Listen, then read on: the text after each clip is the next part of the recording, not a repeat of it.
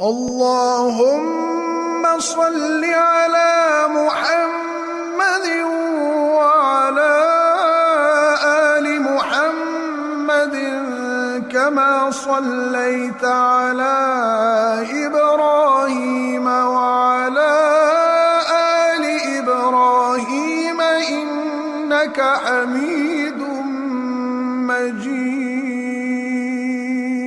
اللهم بارك على محمد وعلى آل محمد كما باركت على إبراهيم وعلى آل إبراهيم إنك حميد مجيد۔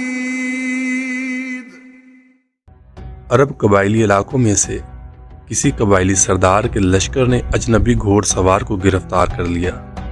چنانچہ جب اس گرفتار شخص کے قبیلے تک خبر پہنچی تو اہل قبیلہ اپنے سرداروں اور بزرگوں کے ساتھ اس کی رہائی کے لیے وہاں جا پہنچے۔ جس قبیلے کے پاس وہ گھوڑ سوار قید تھا، اس قبیلے کے سردار نے ان لوگوں سے سوال کیا، یہ کون شخص ہے جس کی سفارش کے لیے تم سب اتنی تعداد میں اکٹھے ہو کر آئے ہو؟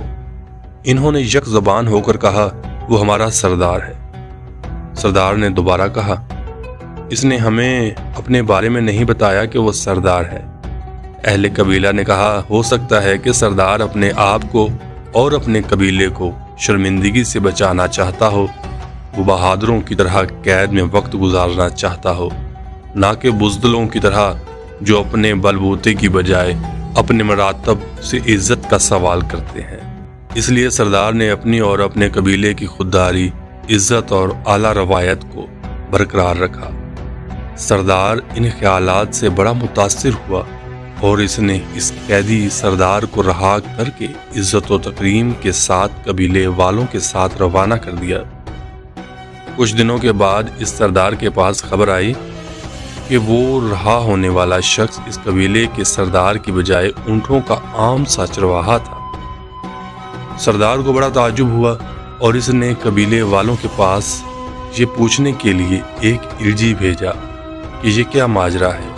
اگر وہ شخص واقعی عام چرواہا ہے تو قبیلے کے اصل سرداروں نے اسے چھڑانے کے لیے بجائے قاصد بھیجنے کے خود دور دراز کا سفر کیوں اختیار کیا اور میرے سامنے اس کے متعلق ایسا رویہ کیوں ظاہر کیا؟